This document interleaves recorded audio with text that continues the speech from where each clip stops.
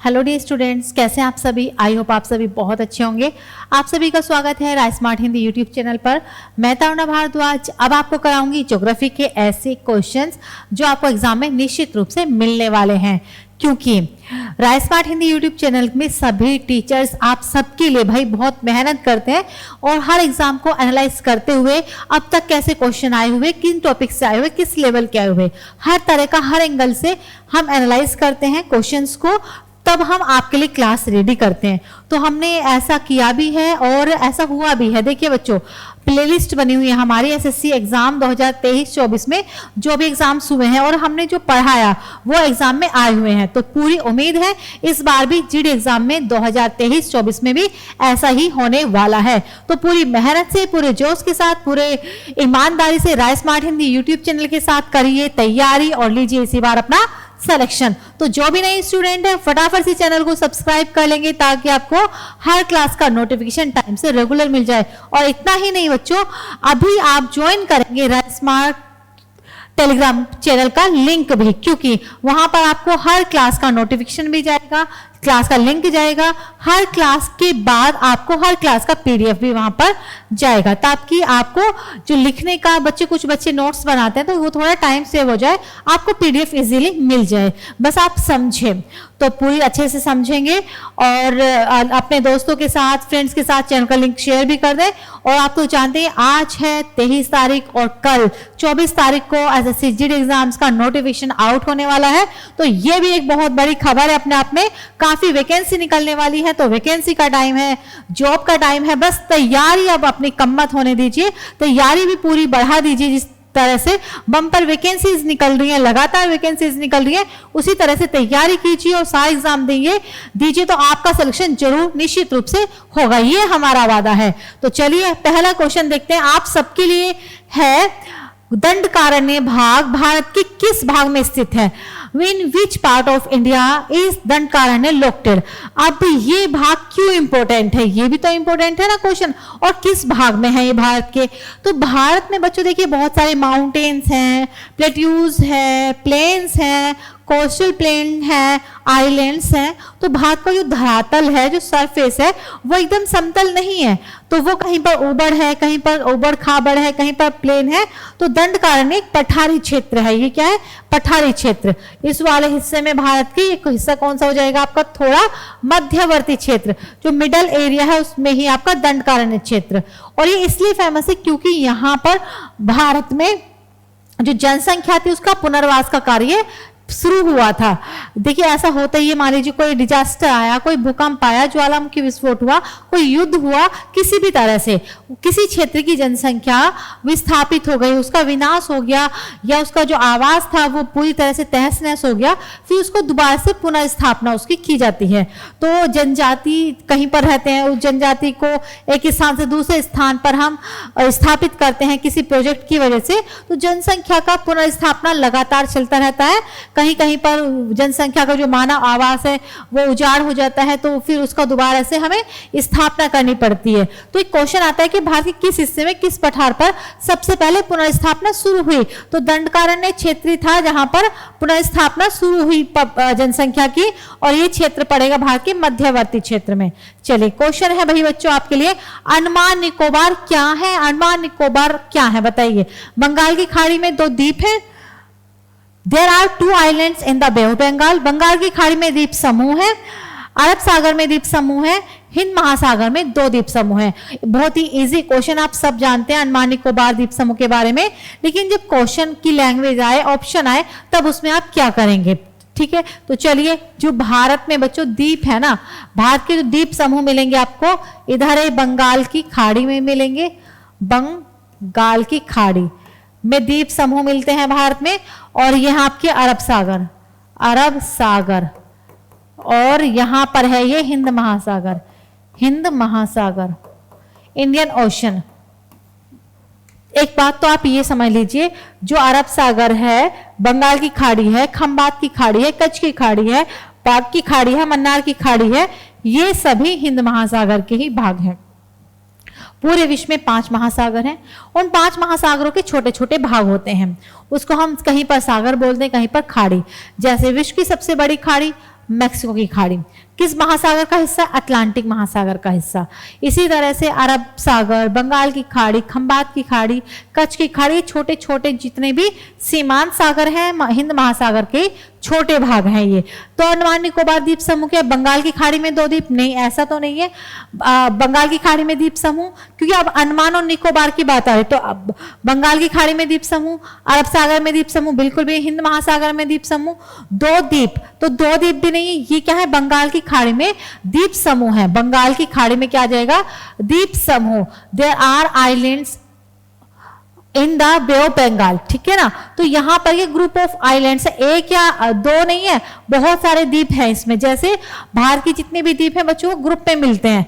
अरब सागर में लगभग 36 द्वीपों का समूह है और बंगाल की खाड़ी में लगभग 200 द्वीपों का समूह है ये अंडमान निकोबार द्वीप समूह। और इसकी सबसे ऊंची चोटी कौन सी हो जाएगी आपकी? Saddle peak. अंडमान निकोबार द्वीप समूह की सबसे ऊंची चोटी है सैडल पीक, याद रखना। तो बंगाल की खाड़ी के द्वीप समूह है, 2 द्वीप नहीं है ये, बहुत सारे द्वीपों का समूह है। इवन भारत में भी और हिंद महासागर में भी और बाकी जितने भी महासागर हैं उनमें जो द्वीप मिलते हैं वो ग्रुप में मिलते हैं। 1 या 2 भी मिलते हैं कहीं कहीं पर, लेकिन ज्यादा जो द्वीप देखे गए समुद्रों के अंदर वो ग्रुप में देखे गए, समूह में देखे गए हैं। जैसे वेस्ट इंडीज द्वीप समूह, फराओ द्वीप समूह, है ना, अंडमान निकोबार द्वीप समूह, लक्षद्वीप समूह, माइक्रोनेशिया, पोलिनेशिया, या प्रशांत महासागर के द्वीप समूह के नाम है। तो ये क्या है? द्वीप समूह है, ठीक है। तो याद रखना बच्चों, अंडमान निकोबार द्वीप समूह बंगाल की खाड़ी में द्वीप समूह है, ना कि 2 द्वीप हैं, अलग अलग द्वीप नहीं है ये। इसी तरह के आपके क्वेश्चन मिलेंगे। किसी भी तरह का डाउट है अभी कॉल कीजिए 8282270999 इस दिए हुए नंबर पर। और जितने भी हमारे बच्चे क्लास देख रहे हैं सभी बच्चे आंसर करेंगे। आपको कोई कंफ्यूजन है, कोई डाउट है, कोई, जब आप पढ़ते हो, देखिए कई बार क्या होता है बच्चों, जब आप सेल्फ स्टडी करते हो तो तब डाउट्स निकल कर आते हैं, लेकिन तब आपके पास टीचर्स नहीं होते। तो परेशान मत होइए, आप एक अपनी नोटबुक तैयार रख लीजिए, जो भी डाउट्स आए उसमें आप नोट करते जाइए। Rice smart Hindi YouTube channel पर हर टीचर से आप अपने डाउट्स क्लियर कर सकते हैं लाइव क्लास में ही, किसी भी तरह का कोई डाउट आपको नहीं रहेगा।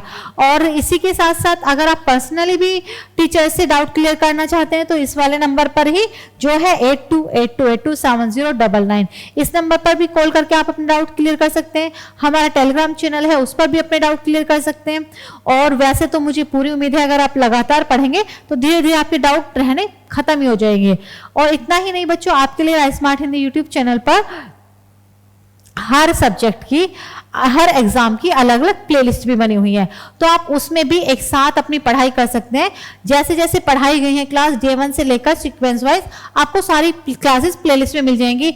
जीडी एग्जाम, दिल्ली पुलिस का एग्जाम, आपके SSC guaranteed batch, 60 days guaranteed batch, हमने बहुत सारे बैच यहाँ पर पढ़ाए हैं। और ऐसा हुआ है 2022-23 में जो एग्जाम में क्वेश्चन आए हुए हैं, जीएस के बात कर लीजिए आप, मैथ्स, रीजनिंग, करंट अफेयर्स, तो हमारी पढ़ाई हुए में से आया है। ये हम ऐसे नहीं बोल रहे, आप चेक कर सकते हैं हमारी प्लेलिस्ट में से कोई भी प्लेलिस्ट उठा लीजिए किसी भी एग्जाम की, फिर उस एग्जाम का 2023 और 22 के क्वेश्चन पेपर निकालिए और मैच कीजिए। बहुत सारे क्वेश्चन आए हुए हैं बच्चों। तो इसी उम्मीद के साथ हम आपके लिए जीडी एग्जाम के लिए भी अब बैच लेकर आए हैं और पूरी मुझे उम्मीद है कि आपको भी अब भी खुद क्वेश्चंस मिलेंगे rice smart Hindi YouTube channel की क्लासेस से ही। लेकिन आपको लगातार रहना पड़ेगा, हर रोज क्लास लेनी पड़ेगी। एक दिन क्लास लेने से कुछ नहीं होगा प्यारे बच्चों, हर रोज क्लास लोगे आप, हर रोज थोड़ा थोड़ा पढ़ोगे, आपका लर्निंग ग्राफ बढ़ेगा और आपका सिलेक्शन होगा। ये ऐसा पूरा वादा है हमारा, लेकिन मेहनत आपको करनी पड़ेगी। आपकी मेहनत के बिना हमारा वादा अधूरा रह जाएगा प्यारे बच्चों। तो अपने मेहनत पर, अपने सपनों पर, अपने जो कैरियर है, अपने फ्यूचर पर फोकस कीजिए। मिसगाइड मत होइए लाइफ को लेकर, छोटी सी लाइफ है, इसी में आपको सिलेक्शन लेना है, इसी में आपको सारी चीजें करनी है। तो दोस्ती भी निभानी है, लेकिन पहले सिलेक्शन। अब क्योंकि सिलेक्शन होगा तभी आपके पेरेंट्स के सपने पूरे होंगे, आपके होंगे, आपकी लाइफ बहुत इजी हो जाएगी। अगर आप सेल्फ डिपेंड नहीं बने तो कब तक आप अपने पेरेंट्स के ऊपर डिपेंड रहोगे। तो सेल्फ मोटिवेट रहिए, वेट मत कीजिए कि तरुणा मैडम मुझे मोटिवेट करेंगे, Sumit sir, Hansraj sir, Akhilesh sir आपको मोटिवेट करेंगे, कोई भी दूसरा है आपके पेरेंट्स मोटिवेट करें, खुद सेल्फ मोटिवेटेड रहिए। लाइफ आपकी है, आपको जीनी है। अगर भाई सिलेक्शन नहीं हुआ आपका, लाइफ आप तब भी जियोगे लेकिन बहुत अच्छी अच्छी और रेस्पेक्टफुल लाइफ वो नहीं रहेगी। तो क्योंकि आप जानते हैं आपके दोस्त भी आपसे नाता तोड़ देंगे, रिश्ता खत्म कर देंगे अगर आप सक्सेसफुल नहीं हुए, आपको सफलता नहीं मिली। और अगर आपको सफलता मिल गई, जो आपके आज दोस्त हैं जो आपको आज नहीं पूछते, वो भी आपको सर्च करेंगे, आपको कहीं ना कहीं ढूंढ ही लेंगे। तो दोस्ती निभाओ लेकिन सिलेक्शन के बाद, ठीक है। चलो क्वेश्चन है, खासी गारो भाषा बोलने वाली जनसंख्या कहां पर पाई जाती है? Where is the population speaking Khasi and Garo language found? तो आपको पता है गारो, खासी, जयंतिया ये पहाड़ियां भी हैं। गारो, खासी, जयंतिया ये भाषा भी हैं। गारो, खासी, जयंतिया जनजाति भी हैं। किस राज्य में मिलती हैं? ये मेघालय राज्य में मिलती हैं। आप तो जानते हैं मेघालय में पूरे विश्व में सबसे ज्यादा वर्षा होती है, पूरे विश्व में। यहाँ पर है मेघालय, यहाँ पर गारो, खासी, जयंतिया पहाड़ियां हैं और वहीं पर गारो, खासी, जयंतिया पहाड़ियों पर ही रहती है गारो, खासी, जयंतिया बोलने वाली जनसंख्या, ठीक है। और इन्हीं गारो, खासी, जयंतिया पहाड़ियों से टकराकर सारी की सारी जो बंगाल की खाड़ी से मानसून उठता है, जलवायु उठता है, इन्हीं खाड़ियों से टकराकर, सॉरी इन्हीं पहाड़ियों से टकराकर वो यहीं पर बारिश कर देता है। मेघालय के मौसिनराम में पूरे विश्व का रिकॉर्ड बनता है। और यहाँ से भी क्वेश्चन आ सकता है कि मेघालय के मौसिनराम में सबसे अधिक बारिश होती है, कारण बताइए, या किन पहाड़ियों की वजह से? तो गारो, खासी, जयंतिया पहाड़ियों की वजह से। यहाँ पर क्या होता है, बंगाल की खाड़ी से जो भी जलवायु उठेगा वो यहीं पर बारिश कर देगा। और इसीलिए ये वर्षा का कौन सा प्रकार है? पर्वतीय वर्षा, ओरोग्राफिक रेनफॉल। क्योंकि पर्वत के बीच में आने से जो जलवायु समुद्र से उठ रही थी वो वहीं पर संघनन की क्रिया हो गई। अदरवाइज ये जो गारो, खासी, जयंतिया पहाड़ियां नहीं होती तो ये जो जलवाष्प यहाँ से उठा वो आगे भी जा सकता था, लेकिन इन्होंने यहीं पर रोक लिया। तो गारो, खासी भाषा की बात करें, गारो, खासी जनजाति की बात करें या गारो, खासी पहाड़ों की बात करें, तो याद रखना ये सभी कहां पर है? ये मेघालय में है। क्लियर? त्रिपुरा ऐसा राज्य जो 3 तरफ से बांग्लादेश से घिरा हुआ है। मध्य प्रदेश एक ऐसा राज्य जिसमें सबसे ज्यादा वनों का क्षेत्र है, सबसे ज्यादा दाल, सोयाबीन का उत्पादन होता है। असम जो प्रसिद्ध है चाय के उत्पादन के लिए। चलिए क्वेश्चन है प्यारे बच्चों, कथन कारण। कथन है आपका session, Ganga is a very polluted river. Ganga बहुत ही प्रदूषित नदी है। जी बिल्कुल, एकदम सही है, गंगा प्रदूषित नदी है, मानवीय कारणों से ही प्रदूषित हुई है। जो नदी जितनी पवित्र होती है वह उतनी ही अधिक प्रदूषित होती है। The purer the river the more populated is. ऐसा बिल्कुल नहीं है। पवित्र नदी जो होगी जरूरी है कि वो गंदी होगी, गंदी करते हैं मानव की क्रिया है, तो ऐसा बिल्कुल नहीं है। तो आंसर आ जाएगा ए सही, आर गलत। ऐसा ऑप्शन में है आपकी C, A is correct but R is wrong, ठीक है। चलिए, और गंगा की सबसे लंबी सहायक नदी है यमुना।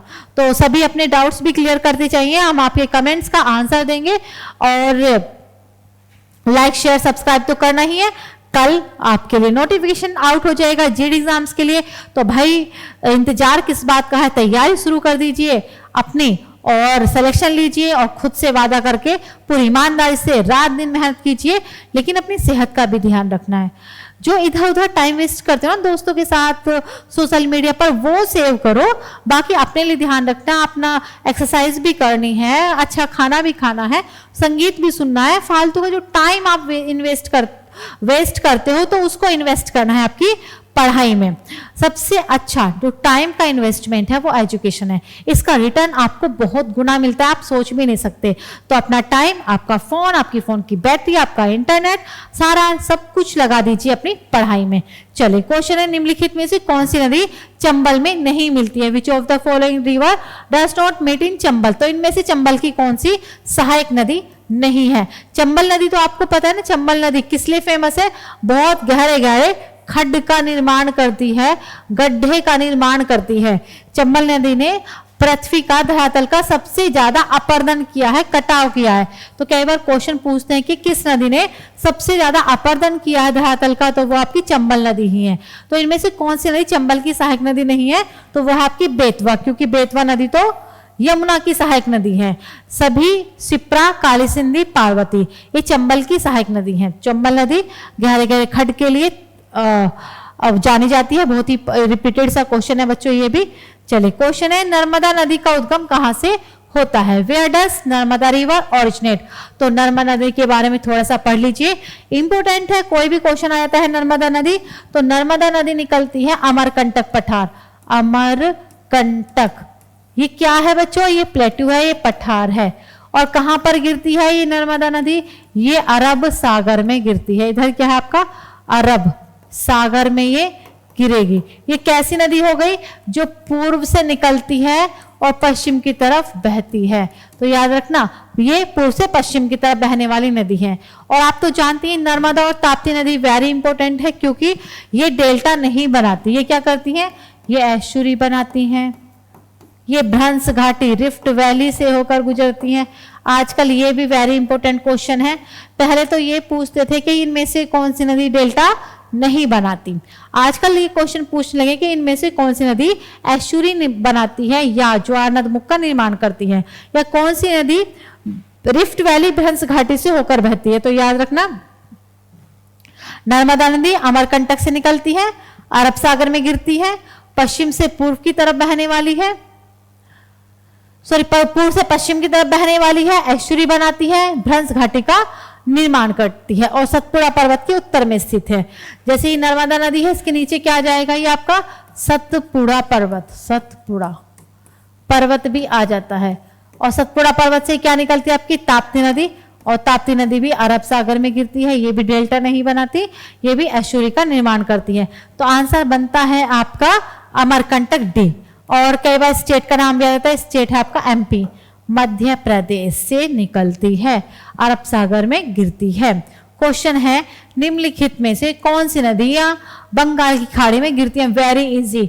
विच of the following rivers drain into the Bay of Bengal? खूब एग्जाम में पूछते हैं, कौन सी नदी अरब सागर में गिरती है, कौन सी नदी बंगाल की खाड़ी में गिरती है, कौन सी ईस्ट फ्लोइंग है, कौन सी वेस्ट फ्लोइंग है, कौन सी नॉर्थ की तरफ बहती है, कौन सी साउथ की तरफ बहती है। तो कोई भी एग्जाम उठाकर आप देख लीजिए, नदियों से, पर्वतों से, दर्रों से, क्लासिकल डांस से, डैम से खूब क्वेश्चन आते हैं। और यही ज्योग्राफी है, यही आपको घूम कर आना है। लेकिन सिलेक्शन के बाद नदियों पर घूम कर आइए, डैम पर देख कर आइए, दर्रों पर घूम कर जाइए। जब पर्वतों पर आप जाओगे तो दर्रों से के रास्ते से ही जाओगे। तो भाई इनमें से कौन सी नदी बंगाल की खाड़ी में गिरे? गंगा, ब्रह्मपुत्र, गोदावरी। बिल्कुल गिरती,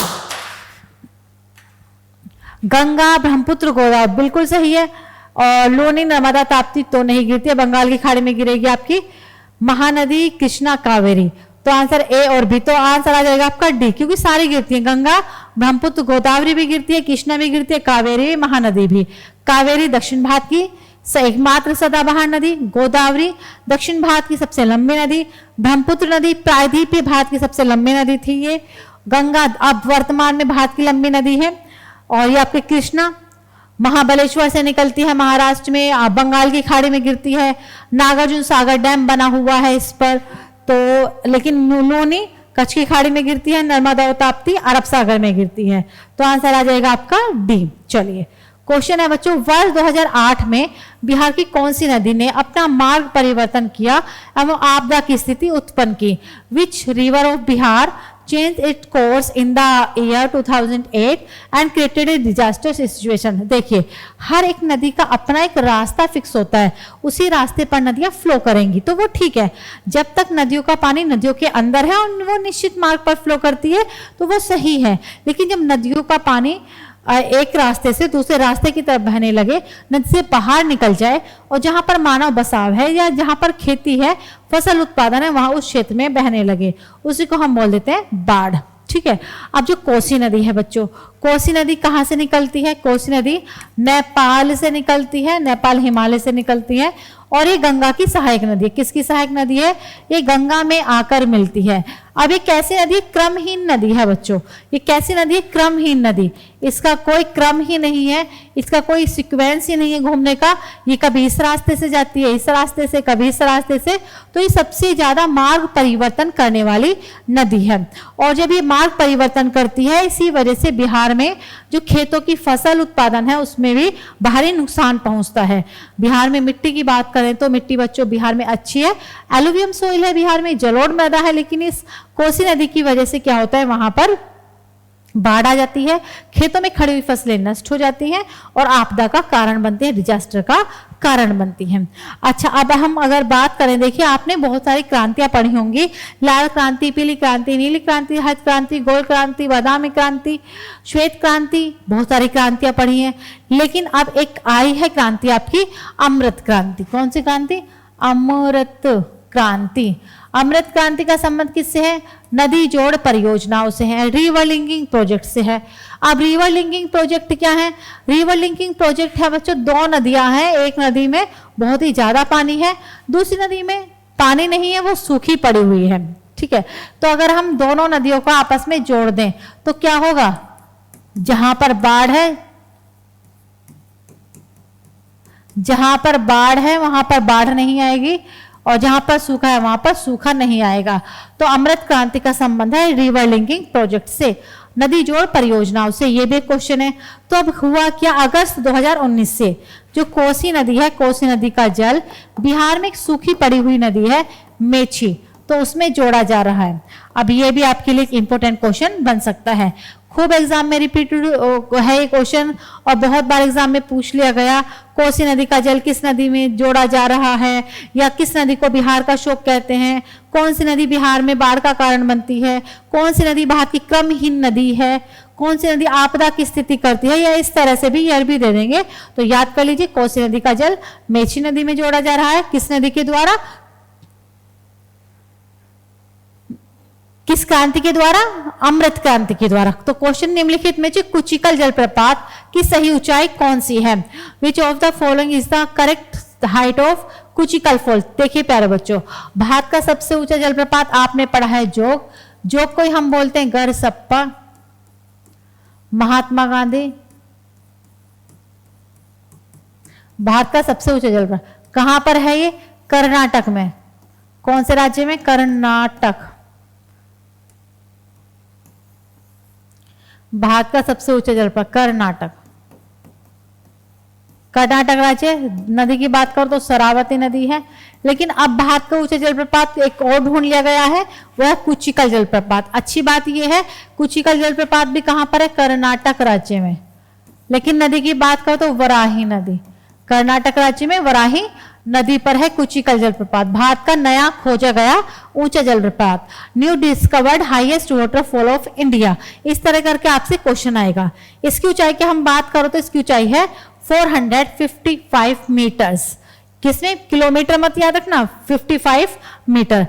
शरावती जोग, गरसप्पा या महात्मा गांधी। ठीक है, इसकी ऊंचाई की बात करो लगभग 200 मीटर है। क्योंकि देखिए जलप्रपात क्या होते हैं? एक पहाड़ से, एक पर्वत से जल लगातार गिरता रहता है, तो जिस पर्वत से जल लगातार गिरेगा उसका भी तो अपर्दन कर देगा, कटाव करेगा। जल्दी नहीं करेगा, कुछ समय के बाद करेगा, तो जो डेटा है वो थोड़ा सा बदल जाता है, नई नई चीजें खोज ली जाती हैं। तो पहले था जो गरसप्पा या महात्मा गांधी, इसी वाटरफॉल का नाम है। लेकिन अब क्या गया हुआ है, एक नया खोजा गया जलप्रपात है कुचिकल, उसकी ऊंचाई लगभग 455 मीटर। आपको कहीं कहीं पर 500 भी मिल जाएगी, अप्रोक्स में मिल जाती है। ठीक है, तो याद कर लीजिए, ये भी कर्नाटक में वराही नदी पर है। अच्छी बात यही है। क्वेश्चन, भारत की निम्नलिखित मिट्टी में से कपास की खेती के लिए कौन सी सर्वाधिक उपयुक्त है? Which of the following soils of India is the most suitable for cotton cultivation? Very important और रिपीटेड सा क्वेश्चन है। तो भारत में सबसे ज्यादा काली मृदा पाई जाती है बच्चों। काली मृदा कहां पर पाई जाती है? महाराष्ट्र में और गुजरात में।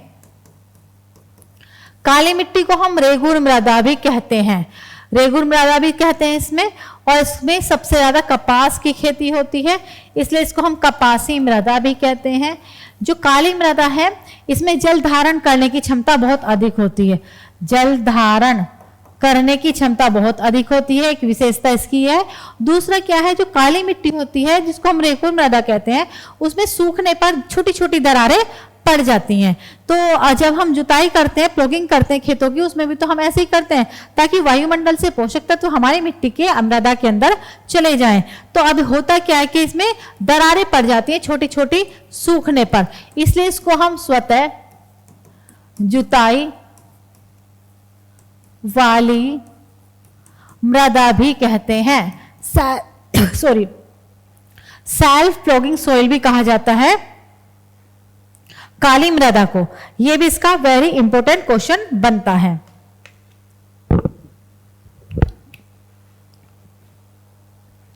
तो इसी तरह के क्वेश्चन आपको जीडी एग्जाम में देखने को मिलेंगे। आप देखिए, आपको ना ये ध्यान रखना है कि हमारे एग्जाम में किस लेवल के क्वेश्चन आते हैं, किस टॉपिक से ज्यादा आते हैं, किन ऑप्शंस के साथ आ रहे हैं, किस टाइप के आ रहे हैं। तो उसी तरह से अपने माइंडसेट में बैठकर अपने आप को तैयार कीजिए और प्रीवियस ईयर तो खूब कीजिए। जितने भी आप प्रीवियस ईयर करेंगे उतना ही कॉन्फिडेंस बढ़ेगा। कुछ क्वेश्चन होते हैं, ज्यादा नहीं, कुछ होते हैं जो रिपीट भी हो जाते हैं और आपकी फिर ये आपको पता चल जाएगा कि इन टॉपिक से ज्यादा क्वेश्चंस आपके एग्जाम में आए हुए हैं। तो उन टॉपिक्स पर आप फोकस करना। अब जरूरी नहीं है काली मृदा वाले क्वेश्चन आए, रेड मृदा से भी आ सकता है, आपकी लेटेराइट से भी आ सकता है, जलोढ़ से भी आ सकता है। तो लेटेराइट सोइल से भी, और जो मृदा वाला टॉपिक है वो नदी वाला टॉपिक है, पर्वतों वाला टॉपिक है, वो आपके एग्जाम के लिए इंपॉर्टेंट है बच्चों। क्वेश्चन है काली मिट्टी कपास की कृषि के लिए उपयुक्त होती है। Black soil is suitable for cotton cultivation. बिल्कुल ठीक, बहुत सही एकदम। उसमें नाइट्रोजन तथा जैव पदार्थ प्रचुर मात्रा में पाए जाते हैं। ये बिल्कुल गलत है, क्योंकि बच्चों काली मृदा का निर्माण हुआ था ज्वालामुखी क्रिया के द्वारा। अब ज्वालामुखी में क्या निकलता है? ज्वालामुखी से मैग्मा निकलता है। अब हम मैग्मा हम किसको बोलते हैं? पृथ्वी के अंदर पिघली हुई चट्टानों को मैग्मा कहा जाता है। Melted rocks inside the earth cold magma. तो पृथ्वी के अंदर जो चट्टानें पिघल गई वह मैग्मा है। अब पृथ्वी के अंदर तो बच्चों जैव पदार्थ नहीं है, पृथ्वी के अंदर तो बिल्कुल भी जैव पदार्थ नहीं है। अब काली मिट्टी का निर्माण उसी से हुआ है, तो इसमें जैव पदार्थ और नाइट्रोजन नहीं पाए जाते। तो इसलिए आंसर बनता है ए सही है, लेकिन आर तो बिल्कुल गलत है। चलिए क्वेश्चन है नेक्स्ट आपके लिए, पश्चिमी हिमालय संसाधन प्रदेश के प्रमुख संसाधन क्या हैं? Western Himalayan resources are the main resources of the state. देखिए, जितने भी हमारा पूरा भारत है वो पर्वत है, पठार है, मैदान है, तट है, सभी में कुछ ना कुछ संसाधन पाए जाते हैं, रिसोर्सेज पाए जाते हैं। अब बात करते हैं संसाधन हम कहते किसको हैं? तो प्रकृति के द्वारा कोई भी निःशुल्क वस्तु जिसका प्रकृति ने निःशुल्क शुल्क नहीं लिया है, निःशुल्क मानव को प्रदान की है, लेकिन मानव जब उसको प्रयोग करे तो उसका उपयोगिता उसको प्राप्त हो, उस मानव के लिए उपयोगी हो, तो उसको हम बोलते हैं संसाधन। अगर कुछ भी प्रकृति ने दिया है लेकिन मानव के लिए वो उपयोगी नहीं है या मानव उसका उपयोग नहीं करता है, उसको हम संसाधन नहीं कहेंगे। कोई भी प्रकृति के द्वारा दी हुई वस्तु जिसका उपयोग मानव करता है, मानव के लिए उपयोगी है, वो संसाधन है। लेकिन हमें संसाधनों का सही मात्रा में अगली पीढ़ी के लिए भी बचाकर रखने चाहिए और सही मात्रा में प्रयोग करके अगली पीढ़ी के लिए भी वो बचाकर रखने चाहिए, ताकि आने वाली पीढ़ी को भी प्रत्येक प्रकार के संसाधन मिल सके और उसका विकास भी हो सके। क्योंकि मानव जो विकास है वो प्रकृति पर ही निर्भर है, प्राकृतिक संसाधनों पर ही निर्भर है। तो अगर हम बात करें पश्चिमी हिमालय, तो पश्चिमी हिमालय बच्चों फॉरेस्ट ज्यादा मिलते हैं, वन ज्यादा मिलते हैं। भारत में पर्वतों पर वन मिलते हैं, पठारों पर भारत में मिनरल्स मिलते हैं, खनिज पदार्थ मिलते हैं। जैसे अगर हम बात करें, यह है छोटा नागपुर पठार। कौन सा? छोटा नागपुर पठार, ठीक है। छोटा नागपुर पठार में भारत में सबसे ज्यादा खनिज पदार्थ पाए जाते हैं। ये भी इंपॉर्टेंट क्वेश्चन है ये। तो पठारों में भारत में ज्यादातर खनिज मिलते हैं, मिनरल्स मिलते हैं, और जहां पर मिलेंगे खनिज, जहां पर मिलेंगे मिनरल्स, वहीं पर लगाए जाते हैं इंडस्ट्रीज। भारत में सबसे ज्यादा आयरन इंडस्ट्रीज, लोहा इस्पात उद्योग इसी हिस्से में है, क्योंकि यहाँ पर छोटा नागपुर पठार है, इसमें मिनरल्स है। भारत के हिमालय पर्वत पर हर्बल औषधि उद्योग है एक तरह से। बाबा रामदेव का पूरा पतंजलि उद्योग हिमालय पर्वत पर ही फैला हुआ है, वहीं से जड़ी बूटी आती हैं, तो वनस्पति उद्योग वहीं पर है, तो क्योंकि वहां पर वन संसाधन है। और भारत के इस वाले हिस्से में, बीच वाले हिस्से में, यहाँ पर चीनी मिल बहुत अच्छी पाई जाती है, क्योंकि यहाँ पर जलोढ़ मृदा है, गेहूं गन्ने का उत्पादन खूब अधिक मात्रा में होता है। दक्षिण भारत में हम बात करें तो दक्षिण भारत में बच्चों मसालों का उत्पादन, मसाले के उद्योग ज्यादा हैं। यहाँ पर इस वाले हिस्से में भारत के सूती वस्त्र उद्योग ज्यादा है, क्योंकि यहाँ पर दक्कन पठार है, ब्लैक सोइल है, कपास है, तो यहाँ पर सूती वस्त्र उद्योग लगेंगे। तो प्रकृति ने जिस क्षेत्र में जिस प्रकार के संसाधन दिए, उसी क्षेत्र में उसी तरह के संसाधन के आधार पर वहां पर उद्योग धंधे लगाए गए। चलिए, तो पश्चिमी हिमालय में वन सबसे ज्यादा मिलते हैं। भारत में किस राज्य का सर्वाधिक क्षेत्र घने पतझड़ जंगल से घिरा हुआ है? Which state in India has the maximum area covered with dense deciduous forest? तो याद कर लीजिए, मध्य प्रदेश में भारत में सबसे अधिक वनों का क्षेत्र पाया जाता है। पतझड़ वाले वन, सदाबहार वन भारत में केरल में मिलेंगे, मेघालय में मिलेंगे, तटीय क्षेत्रों पर मिलेंगे, पश्चिमी बंगाल में मिलेंगे, क्योंकि वहां पर बारिश सबसे ज्यादा होती है। जहां पर वर्षा की मात्रा कम होती है वहां पर जो वृक्ष हैं वो कुछ दिनों के लिए अपने पेड़ों की पत्तियां गिरा देते हैं। जिन पर पूरे साल भर पेड़ों की पत्तियां रहती हैं उनको हम एवरग्रीन सदाबहार बोलते हैं। पतझड़ वन जो अपनी पत्तियां झाड़ देते हैं। तो ये आपको मिलेंगे मध्य प्रदेश में सबसे अधिक। तो प्यारे बच्चों, जो भी नए स्टूडेंट है चैनल को जरूर सब्सक्राइब कर ले। साथ ही साथ आपको रेगुलर रहना है rice smart Hindi YouTube channel पर। हर क्लास का पीडीएफ लेने के लिए अभी आपको ज्वाइन करना पड़ेगा हमारा टेलीग्राम चैनल, और रेगुलर रहना है, सिलेक्शन लेना है, ठीक है ना। एक खुद से वादा करना है और इसी बार अपना सिलेक्शन लेकर रहना ही है। निम्नलिखित में से कौन सा युग्म सही नहीं है? Which one of the following pair is not correctly matched? ये दी हुई है बच्चों बहुउद्देशीय नदी घाटी परियोजनाएं। ये दी हुई है आपकी नदी। बहुउद्देशीय नदी घाटी परियोजनाओं का निर्माण किया जाता है नदियों के जल को प्रयोग करके। तो बहुउद्देशीय मतलब बहुत सारे उद्देश्य। तो हम नदियों का जल प्रयोग करते हैं सिंचाई के लिए, पर्यटन के लिए, इलेक्ट्रिसिटी का प्रोडक्शन करने के लिए। तो हम ज्यादातर नदियों के स्थान पर ही लगा देते हैं।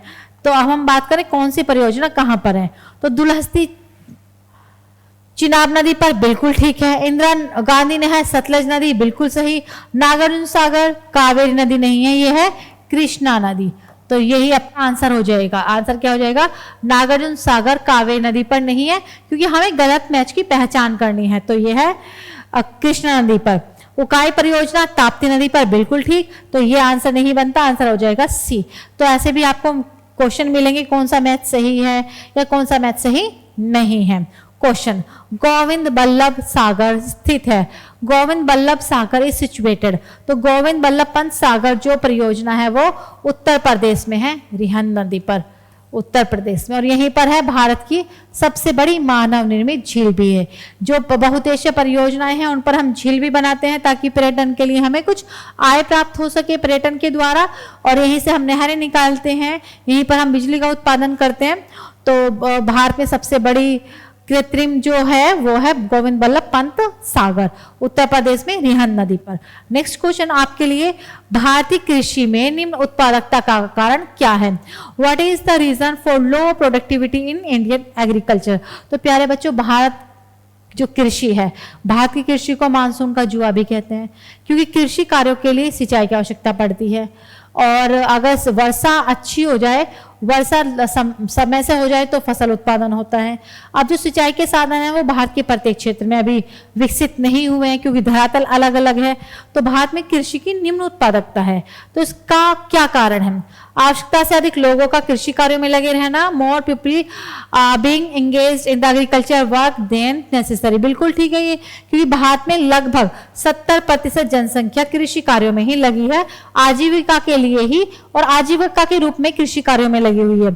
जोत का छोटा आकार बिल्कुल ठीक, क्योंकि भारत में जो बड़े किसान होते हैं, जो किसानों के फिर बच्चे पैदा होते हैं, वो बंटवारा करते हैं, उससे खेत का आकार, जोत का आकार छोटा होता चला जाता है, उससे भी फसल उत्पादन पर नकारात्मक प्रभाव देखने को मिलता है। उत्पादन की पिछड़ी तकनीक बिल्कुल, आजकल तो तकनीकी युग है, तकनीकी युग में नए नए कृषि के यंत्र, बीज, खाद वगैरह आ रहे हैं, लेकिन भारत में अभी भी बहुत सारे क्षेत्र में जो प्राचीन तकनीकी साधन है उसका ही प्रयोग करते हैं। ये सभी कारण है। बाकी अगर ऑप्शन में आपको मिलता मानसून का जुआ, वर्षा समान नहीं होती, सरकारी नीतियां, प्राकृतिक आपदाएं, तो बहुत सारे कारण हैं, लेकिन हमें तो ऑप्शन में से देखने ना भी, तो बहुत सारे कारण जिससे कि भारत में जो उत्पादकता है वो निम्न है। क्वेश्चन है बच्चों, स्वतंत्रता प्राप्ति के बाद भारत ने सर्वाधिक प्रगति किसकी की? India has made the most progress since independence. तो देखिए, स्वतंत्रता प्राप्ति के बाद भारत ने क्या हुआ, गेहूं के उत्पादन को बहुत ज्यादा बढ़ावा दिया, व्हीट प्रोडक्शन में, क्योंकि स्वतंत्रता प्राप्ति के बाद भारत में हरित क्रांति की शुरुआत की गई। हरित क्रांति का उद्देश्य था बच्चों भारत में सभी राज्यों में सभी खाद्यान्न फसलों, फूड क्रॉप्स के उत्पादन को बढ़ावा देना। ठीक है। अब जितने भी राज्य थे उसमें उत्पादन सफल नहीं हो पाया, जितने भी फसलें थी उसमें भी उत्पादन सफल नहीं हो पाया, क्योंकि उद्देश्य था हमारा सभी राज्यों में सभी फसलों के उत्पादन को बढ़ावा देना। क्योंकि अब होता क्या है, जो फसल है, कृषि है, उसको प्रभावित करने वाले अनेक कारक होते हैं, भौगोलिक कारक भी होते हैं, जिसमें कि धरातल, वर्षा, तापमान, जलवायु, सारे कारक प्रभावित करते हैं। सिर्फ सरकारी नीतियां प्रभावित नहीं करती, हाँ एक है कारक सरकारी नीतियां भी, लेकिन सिर्फ नीतियां बना देने से जो हम जलवायु कारक हैं, भौगोलिक कारक हैं, उनको हम दूर नहीं कर सकते, वो सबसे ज्यादा प्रभाव डालते हैं उस पर। तो अब क्या हुआ, जो हरित क्रांति थी वो असफल रही बच्चों, ठीक है। और उससे केवल क्या हुआ, चावल और गेहूं के उत्पादन में बढ़ोतरी हुई, और केवल यूपी, पंजाब और हरियाणा राज्यों में सफल रही, बाकी पूरे भारत में हरित क्रांति असफल रही थी। और भारत में हरित क्रांति के जनक कौन है, डॉक्टर स्वामीनाथन। चलिए, तो इनमें से ऑप्शन में से अगर हम बात करें तो गेहूं के उत्पादन में स्वतंत्रता प्राप्ति के बाद बढ़ावा मिला। भारत के चावल के कटोरे क्षेत्र का नाम बताइए, name the rice bowl of India. तो भारत में चावल के कटोरे का क्षेत्र, भारत में चावल के कटोरे का क्षेत्र है कृष्णा गोदावरी डेल्टा क्षेत्र। कौन सा क्षेत्र, कृष्णा गोदावरी डेल्टा क्षेत्र।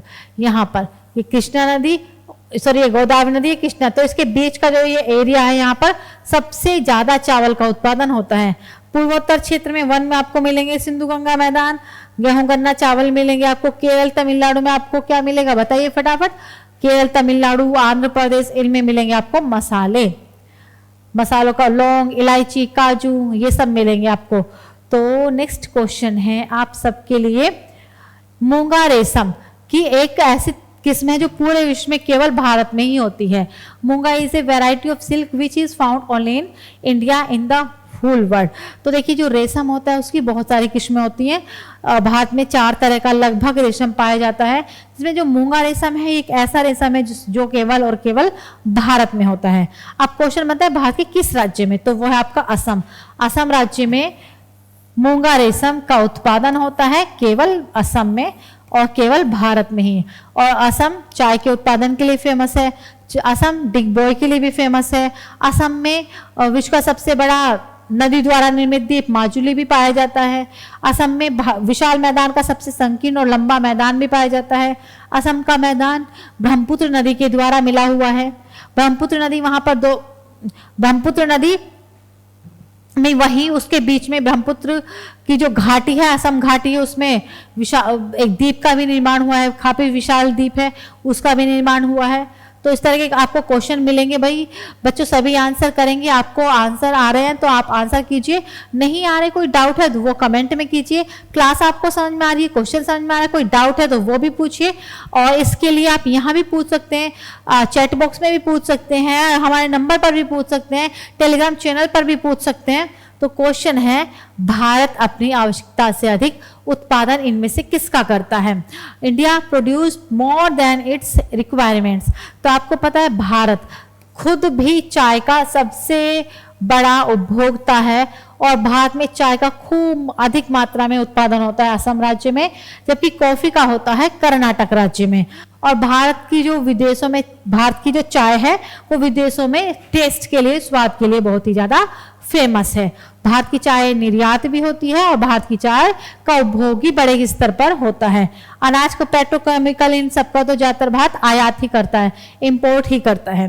क्वेश्चन है, राजस्थान राज्य का खेतड़ी किस लिए फेमस है? Khetri, belt of Rajasthan state is famous for. Very important question, repeated है। तो बच्चों राजस्थान में जो खेतड़ी है वो तांबा खनन, कॉपर माइनिंग के लिए फेमस है। राजस्थान फेमस है मोटे अनाजों के लिए, तांबे के लिए, मार्बल के लिए। जो मकराना मार्बल है वर्ल्ड फेमस है, वो राजस्थान में पैदा होता है, राजस्थान में निकाला जाता है अरावली पर्वत से ही। अभ्रक का उत्पादन आंध्र प्रदेश में, सोना कर्नाटक और मध्य प्रदेश में, लोहा आपको छोटा नागपुर पठार वाले क्षेत्र में मिलेगा, वहीं पर सभी लोहा इस्पात उद्योग हैं। क्वेश्चन है, एक जीवधारी के रूप में पृथ्वी का वैज्ञानिक नाम क्या है? The scientific name of Earth as a living organism. तो वैसे तो हम पृथ्वी को नीला ग्रह कहते हैं, पृथ्वी को हम क्या बोलते हैं? ब्लू प्लेनेट, नीला ग्रह, क्योंकि पृथ्वी पर 71% भाग जल है और 29% भाग स्थलखंड है। ऊपर से देखने पर, आकाश से देखने पर हमें पृथ्वी नीली दिखती है, लेकिन एक जीवधारी के रूप में, क्योंकि जितने भी प्लेनेट हैं उनमें से केवल पृथ्वी पर ही जीव है, पृथ्वी पर ही जीवन है। तो जीवधारी के रूप में इसको हम बोलते हैं बच्चों ग्रीन प्लेनेट। क्या बोलते हैं हम? हरा ग्रह, ग्रीन प्लेनेट। वैसे तो हरा ग्रह हम किसको बोलते हैं? यूरेनस को हम बोलते हैं ग्रीनिश प्लेनेट, लेकिन एक जीवधारी के रूप में। बाकी ब्लू प्लेनेट तो है ही, पृथ्वी को हम ब्लू प्लेनेट, नीला ग्रह भी कहते हैं। क्वेश्चन है शनि सूर्य के चारों ओर एक चक्कर लगाने में कितना वर्ष लेता है? Saturn takes to complete one revolution around the sun. जितने भी ग्रह होते हैं वो सूर्य के चारों तरफ घूमते रहते हैं। उपग्रह, सैटेलाइट जितने भी हैं वो ग्रहों के चारों तरफ घूमते हैं। अगर शनि की बात करें, शनि सूर्य के चारों तरफ घूमता है 29.5 ईयर्स में। कभी कभी आपको 30 ईयर्स में मिल जाएगा, तो टेंशन मत लेना। 88 डेज, सबसे कम दिनों में बुध सूर्य के चारों तरफ चक्कर लगाता है। 225 दिन में शुक्र सूर्य के चारों तरफ चक्कर लगाता है। 365 दिन में पृथ्वी सूर्य के चारों तरफ चक्कर लगाती है। तो जैसे जैसे रास्ता बढ़ेगा, जैसे जैसे दूरी बढ़ेगी, वैसे वैसे क्या होगा? वैसे वैसे आपका जो घूर्णन है, परिक्रमण है, रिवॉल्यूशन है, वो भी बढ़ता जाएगा। और आपको पता ही है, जब कोई भी ग्रह सूर्य के चारों तरफ या पृथ्वी सूर्य के चारों तरफ चक्कर लगाती है, उसी से पृथ्वी पर बनता है दिन और रात। पृथ्वी अपने अक्ष पर, अपने स्थान पर रोटेट करती है, उससे बनते हैं दिन और रात। और जब सूर्य के चारों तरफ चक्कर लगाती है, उससे होता है ऋतु परिवर्तन, सीजनल चेंज। पृथ्वी की 2 गतियां हैं। रिवॉल्यूशन, जब सूर्य के चारों तरफ चक्कर लगाए, उससे क्या हो रहा है? उससे हो रहा है बच्चों, ध्यान रखना, ऋतु परिवर्तन, सीजनल चेंज। पृथ्वी अपने अक्ष पर घूम रही है, उसको हम बोलते हैं रोटेशन। इससे होता है दिन और रात। ठीक है, चलिए नेक्स्ट क्वेश्चन है आपके लिए। मंगल और बृहस्पति की कक्षाओं के बीच सूर्य के चारों ओर परिक्रमा करने वाले सेल के छोटे टुकड़े के समूह को क्या कहते हैं? What is the group of small pieces of rocks revolving around the sun between the orbit of Mars and Jupiter? तो ये हैं आपके क्षुद्र ग्रह, एस्ट्रॉइड्स। खूब एग्जाम में रिपीटेड है। क्षुद्र ग्रह किन 2 ग्रहों के बीच में पाए जाते हैं? तो एस्ट्रॉइड्स क्षुद्र ग्रह पाए जाते हैं मंगल और बृहस्पति के बीच में। ये क्या है? चट्टानों के छोटे टुकड़े हैं।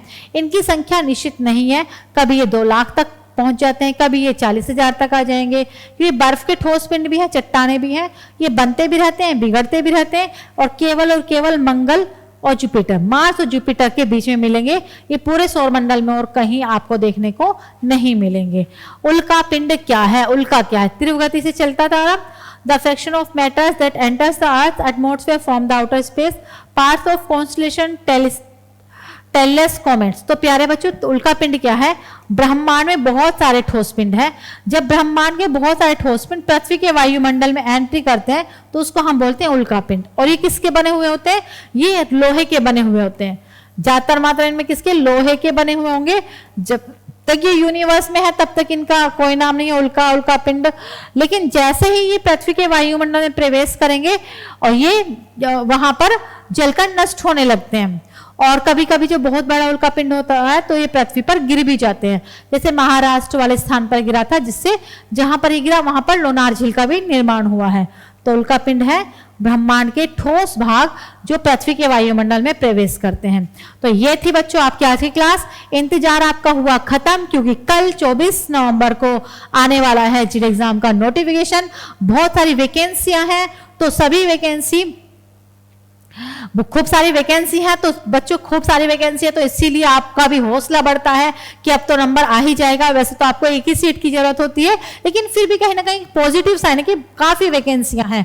तो फैला दीजिए अपने दोस्तों के साथ, फ्रेंड्स के साथ राय स्मार्ट का लिंक, क्योंकि जीडी एग्जाम के लिए यहाँ पर भी आपके लिए पूरा फ्री बैच एक स्टार्ट हो चुका है। सुबह के 8 बजे से लगातार आपको क्लास मिलती है। अखिलेश सर लेकर आते हैं करंट अफेयर क्लास, रीजनिंग लेकर आते हैं अजय मिश्रा सर, फिर इंग्लिश पढ़ाते हैं आपको राकेश रंजन सर, सारी जीएस की टीम, पॉलिटी, हिस्ट्री, इकोनॉमी, सारे सब्जेक्ट आपको अलग अलग मिलते हैं। कंप्यूटर की क्लास भी यहाँ पर मिलती है। तो हर एग्जाम की तैयारी करवाई जाती है आपको राय स्मार्ट पर। तो चलिए जी तोड़ मेहनत कीजिए, अपने सपनों को पूरा कीजिए और आप कर सकते हैं। जिनका भी सिलेक्शन होता है कभी ना कभी वो 0 होते हैं और 0 से ही वो हीरो बनते हैं। लेकिन जब वो लगातार मेहनत करते हैं, रुकते नहीं है, अपना टाइम सही जगह सही स्थान पर यूटिलाइज करते हैं। तो भाई सारे क्लासेस के लिंक आपको कहां पर मिलेंगे? राइस्मार्ट पर। लेकिन कहाँ, कब, जब आप चैनल को सब्सक्राइब कर लेंगे। तो चैनल को आप सब्सक्राइब कर लीजिए, तभी आपको क्लास का लिंक मिलेगा और हर क्लास का पीडीएफ आपको मिलेगा हमारे टेलीग्राम चैनल पर। तो टेलीग्राम चैनल का लिंक भी आप ज्वाइन कर लीजिए। इसी के साथ साथ हमें आप इंस्टाग्राम, फेसबुक, टेलीग्राम और यूट्यूब के साथ जुड़े रहिए। हर जगह आपको कुछ ना कुछ इन्फॉर्मेशन मिलती रहती है जो आपके एग्जाम में आपको हेल्प करती है। तो चलिए फिर मिलते हैं नेक्स्ट क्लास में। तब तक के लिए अपना ध्यान रखें, खुश रहें। जो भी क्लासेस में कोई भी डाउट आया है वो पूछ सकते हैं। हमारा टेलीग्राम चैनल तो है ही, वहां भी पूछ सकते हैं, चैट बॉक्स में पूछ सकते हैं। हमारा नंबर है 8282827099। इस नंबर पर भी कॉल करके आप कोई भी इंफॉर्मेशन अपने एग्जाम से रिलेटेड, अपने डाउट से रिलेटेड आप पूछ सकते हैं। तो खुश रहिए। राइस्मार्ट की पूरी टीम आपके लिए लगातार मेहनत करती है, लेकिन आपको भी मेहनत करनी है और पूरे एग्जाम के पैटर्न को समझते हुए आपको क्लासेस दी जाती है। ऐसे नहीं कि कुछ भी कहीं से भी पढ़ा दिया, जो आपको एग्जाम में मिलेगा वही कोशिश की जाती है कि वो मिले एग्जाम में, वही पढ़ाया जाए। और ऐसा होता है बच्चों, जो राइस्मार्ट पर पढ़ाया गया वो एग्जाम में आया हुआ है। 2022 और 23 के खूब एग्जाम में राइस्मार्ट के पढ़े हुए से ही आया है। हमने क्वेश्चन भी देखे, हमने चेक भी किए, बच्चों ने बताया, तो बहुत अच्छा लगता है। और यही उम्मीद है इस बार भी आपके जीडी एग्जाम के लिए भी हम इसी तरह से लगातार मेहनत करेंगे, हर सब्जेक्ट में करेंगे। थैंक यू बच्चों and good luck, take care. और हाँ, कल का इंतजार थोड़ा ही बाकी है। कल इंतजार अब जो वो पूरा हो ही गया है। कल का जो इंतजार है, अब आपको वैकेंसी मिल ही जाएंगी, काफी सारी वैकेंसी मिलने वाली है, तो तैयारी जी तोड़ कीजिए। थैंक यू बच्चों एंड गुड लक।